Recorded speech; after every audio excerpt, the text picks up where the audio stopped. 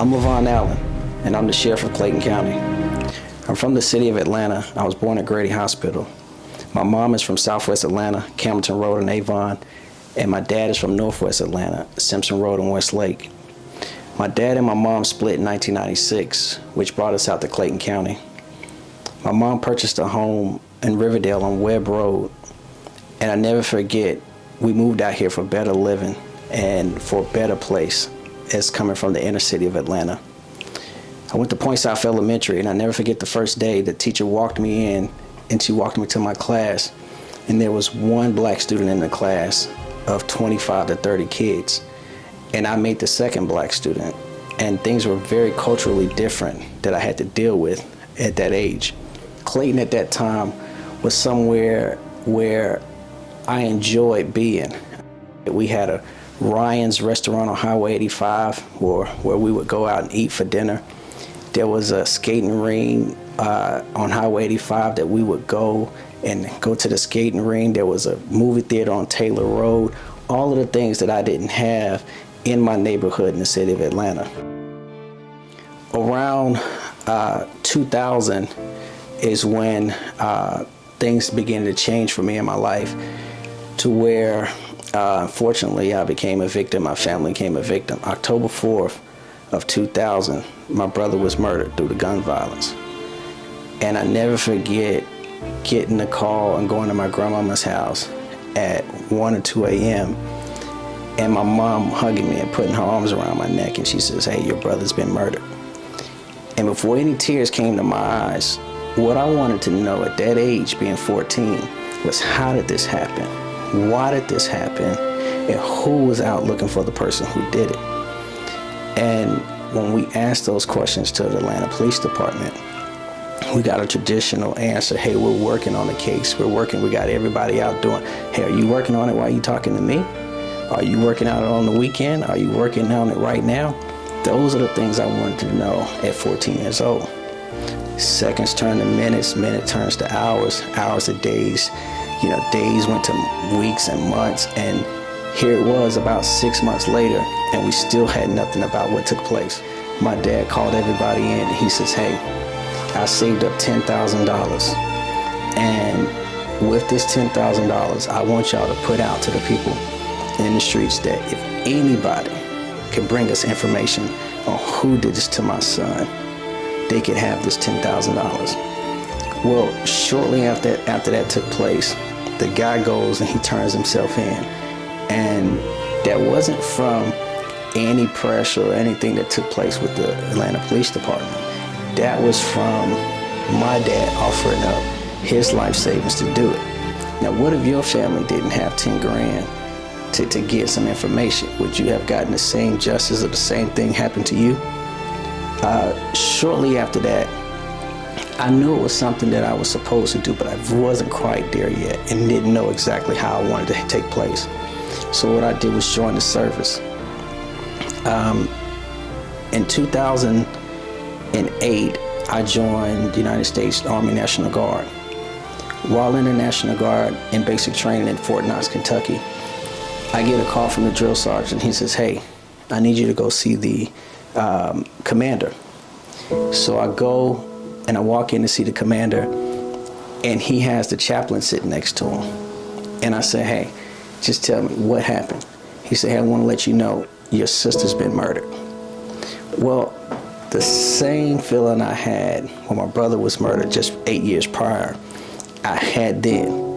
I didn't cry, I didn't grieve. What I wanted to know was who did this and why did it happen, and are we out looking for the person who did it? Found out that my sister had a boyfriend that she wanted to leave. Well, the boyfriend ends up telling her, "Hey, if I can't have you, nobody can have you." He padlocks the door, he locks the door up, and he sets the house on fire and burns her alive. This took place on Chapel Road off of Simpson in Atlanta. To this day, that dude is still out there. At that point, I realized what I needed to do was become an officer where I can stop this or prevent this. If I could just work the case at night, work the case on a weekend, and get some type of justice to a family. That's what I wanted to do. I went to my mom and I told her, hey, I want to be the chief of police so I can change things and make sure that stuff like this doesn't happen. And she told me, hey son, I want you to know this. If you want to make a difference, being the chief of police won't do it. She said, hey, the chief of police works for the mayor works for the city council, and if you make the mayor mad or the city council mad, they'll fire you as the police chief. She said, if you want to make a difference and you want to make change, you need to be the sheriff. The sheriff works for the people, and the people elect him. That's how you make change, and he's the chief law enforcement officer of the county. That's who you need to be. Well, at the time, I needed to now meet a sheriff and see how I can get to that point. Well, she said, son, there's a sheriff in your own county where you live, and he's tough on crime and no nonsense. His name is Sheriff Victor Hill. I went to Sheriff Hill's office and I knocked on the door, and the lady asked me, hey, what's your name? I said, Levon Allen. She said, do you have an appointment? I said, no, ma'am. She said, do the sheriff know you? No, ma'am, he doesn't. Well, what do you want to talk to him about? Well, I just want to meet him. And she says, well, write down your name and number, and I'll let the sheriff know that you want to meet him. Well, as I walked to my car, before I put the key in the car to leave, my phone rings, and she says, hey, the sheriff will see you now. Well, I go back up, and I tell the sheriff the exact same story I just told you. And he told me, he said, hey, son, listen, I like you, I believe in you, and I'm gonna do everything I can to help you make this goal to become sheriff. And that's what he did. Unfortunately, Sheriff Hill lost the election. So then when I had just spoken to someone who believed in my mission and that was gonna help me do what I wanted to do, he was no longer in office. But he stayed true to his word. He connected with me outside of being the sheriff. We exchanged numbers, and he stayed with me ever since. I started my law enforcement career in the DeKalb County Sheriff's Office. I started as a correction officer until 2013 when I came over to work for Sheriff Hill again once he won re-election. Again, I started in the jail, and I was just, never forget, being excited that now I'm back in Clayton, back where I live, and I can make a difference where I'm from. Well, I stayed in the jail about 5 or 6 years before I was given the opportunity to be on the road. And finally, when I got the opportunity to actually go to mandate and be a deputy sheriff, I never forget the feeling that I had my very first day that I can go out and actually fight crime. Well, things are a little different. The very first stop I did, it was for a traffic violation, and I pulled the lady over, and I said, hey, the reason I pulled you over is because you have a broken tail light. And she says, yes, sir. She has the bulb in her hand. She says, I just left AutoZone, and I was waiting to get home to let my husband change it. I said, yes, ma'am. I said, hey, make sure you get that fixed, get that done. Hey, drive safe. And I gave her a warning. Well, I never forget my supervisors called me, and they said, hey, did you just I heard you do a traffic light. You just gave somebody a warning? Yes, I did. Oh, is it a problem? No, I'm just saying you okay, you gave somebody a warning, okay. All right. So, I go on and I do another stop, and it's something similar. It's expired registration.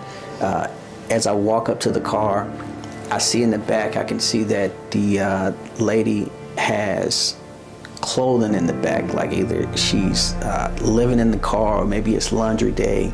As I get up closer to the car, I see every light on in the car. I see the brake light on. I see the brake light, the check engine light, and now I know the reason she got an expired tag is because she can't get the car to pass admissions so that she could get the tag. So I asked the lady, hey, I pulled you up. Yes, sir, I do. I've just been trying to get this car to pass admissions. I got to put 50 miles on it. Once I put the 50 miles on it, I'll be able to get it to pass. And I was like, okay, hey, do you have insurance? Yes, sir, I have insurance. My birthday was just 2 days ago. I'm just trying to get this fixed. All right, hey, drive home, be safe. You got insurance. I'm gonna give you a warning. Get this taken care of. Yes, sir, thank you so much. Never forget, the same supervisor comes back. Hey, you heard you asked about, you gave a warning. Hey, and I said, hey, I've been to the academy. I know I have officer's discretion and to do an arrest, to give a ticket, to give a warning. I know I can do that, and you can't make me change it. Well, then I had to rethink, hey, is this what I really got in here to do? I got into law enforcement to be a deputy sheriff, to help people, not make people's lives worse than what it is. That's not what I got here to do. So I said, hey, maybe I need to rethink, is this the path I need to go? Because if you're telling me that I gotta write tickets to people who don't deserve it, or do certain things to make people's lives miserable, this ain't what I want to do. And I'll never forget, I see some guys walking by in plain clothes. Some of them had, they were completely plain clothes, and some had maybe a vest, attack vest on, or a side holster in their gun. And I said, hey, what does those guys do? They said, oh, that's the fugitive unit. Well, what do? Well, they go after people for rape, murder, armed robbery. I say, hold on, wait. They go after murderers? Yes. So if somebody committed a murder, those are the guys that go find them. Yes, that's them. Hey, that's what I want to do.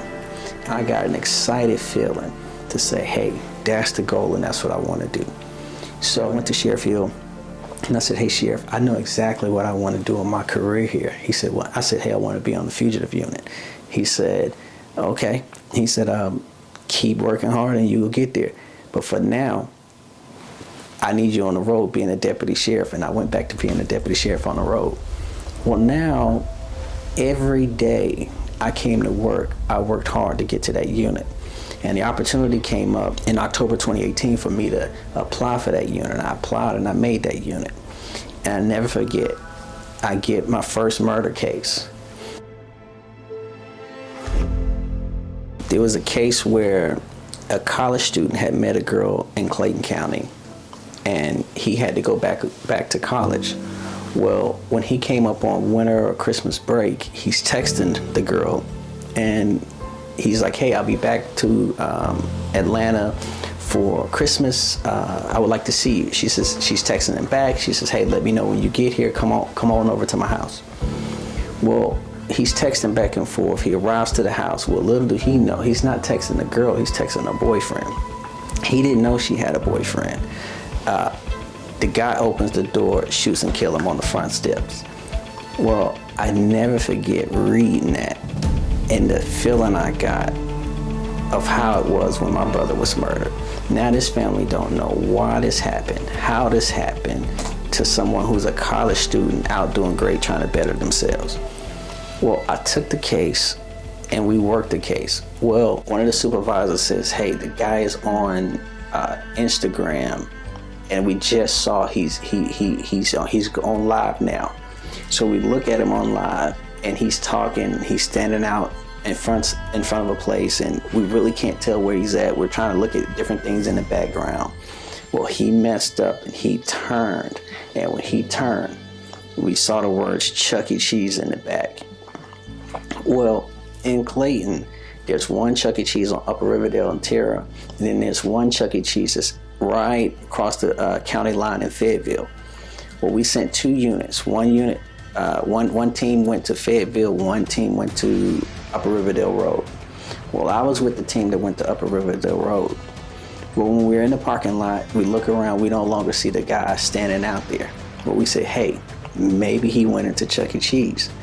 Well, the only way we can find out is someone got to go check. And I never forget, the guys look around and they said, well, you know, we're kind of dressed like cops. We look like cops. And they look back at me, and I got on regular clothes. I never forget, I had on a turtleneck. And so I take off my vest and I say, hey, I got it. And I walk inside, and there the guy is. He's standing there near the salad bar. He's holding one of his kids in his arm.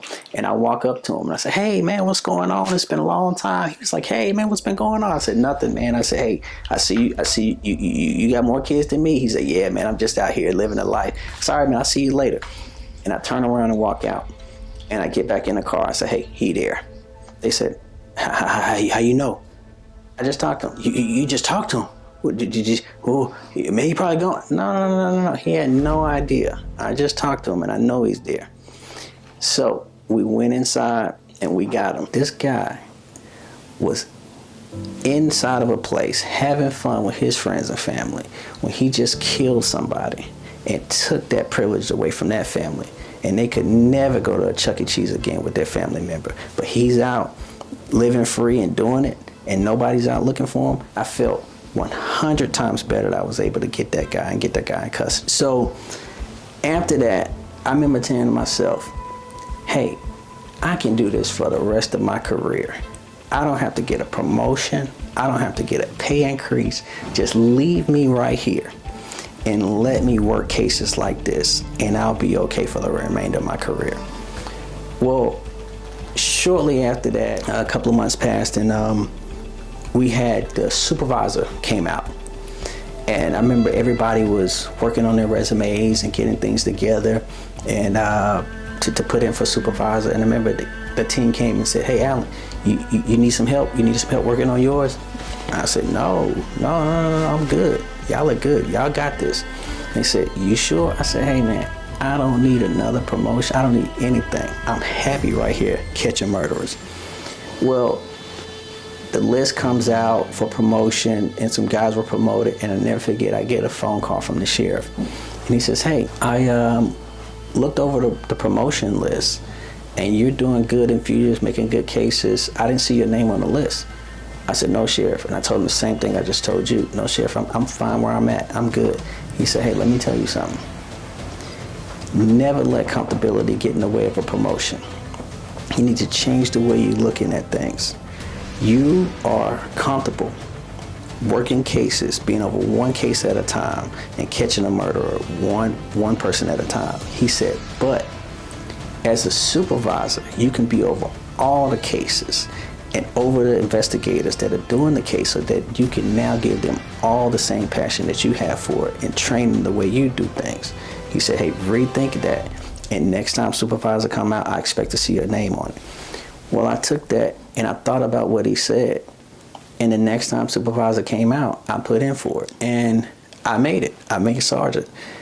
But I was transferred from the fugitive unit to the field, and over the field division, I was over about 40 different officers, and you had to put in time, you had to deal with accidents, you had to deal with people, workers' comp, people hurting themselves. There was a broader thing that I had to do as a supervisor versus being a supervisor in fugitive, where I was just over 7 people. Now I'm over a whole division.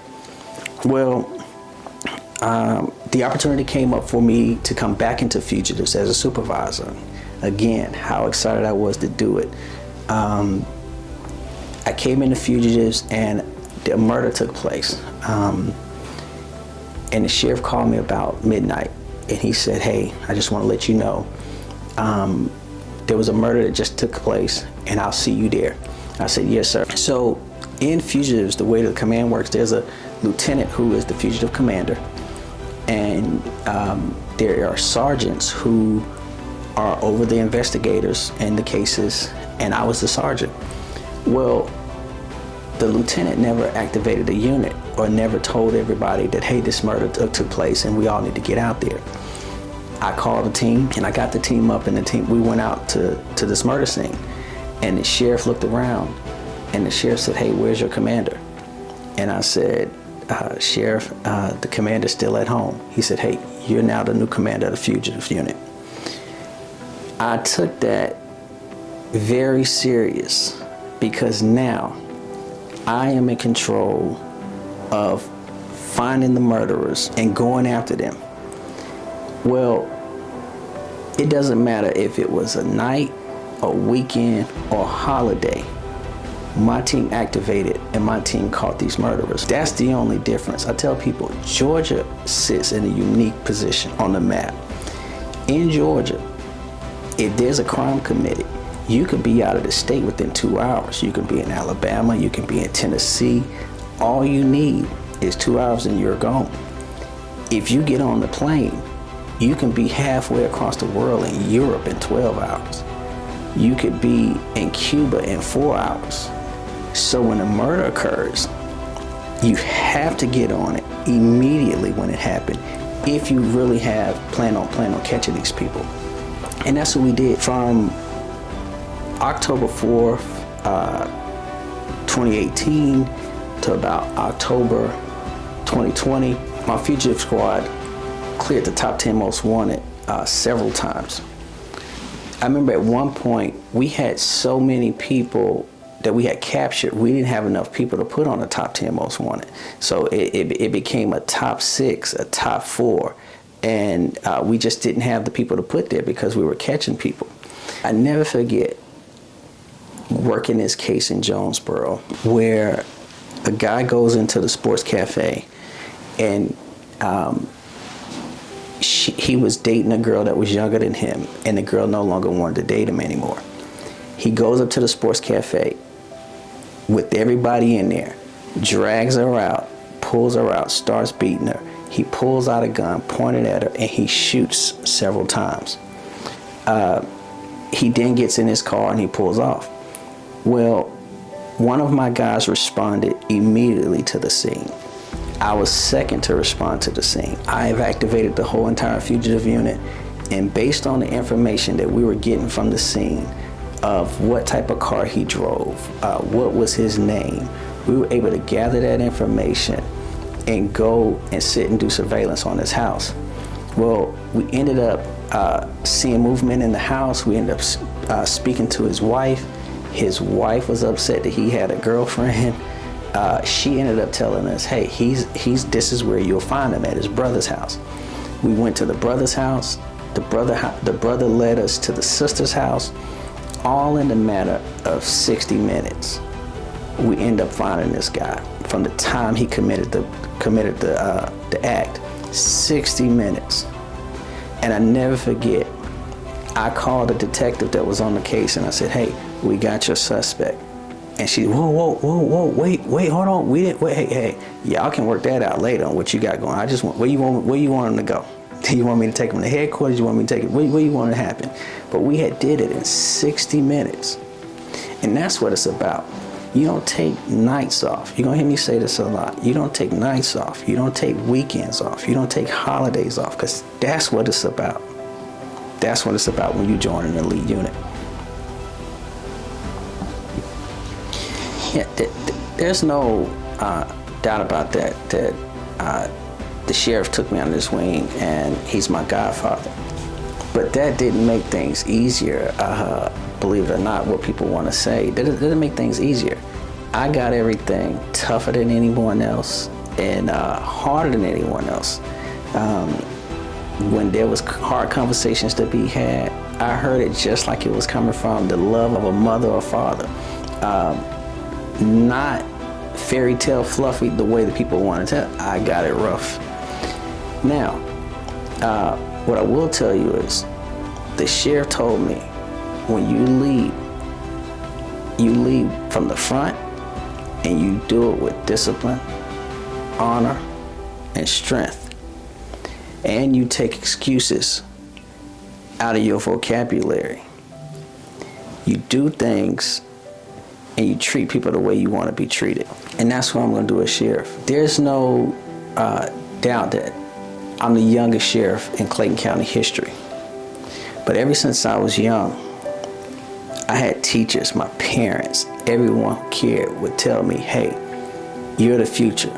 Children are the future. So I've been hearing all my whole life. People still say that same thing today, the children are the future.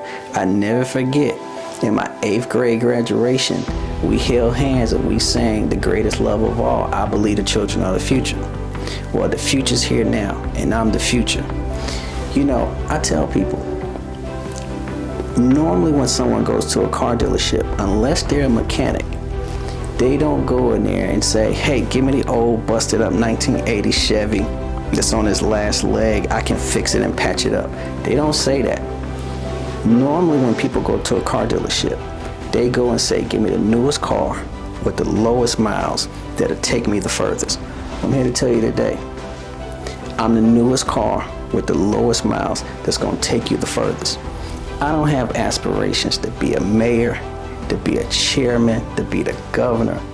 I am, and I will be the sheriff, and I'll take care of you.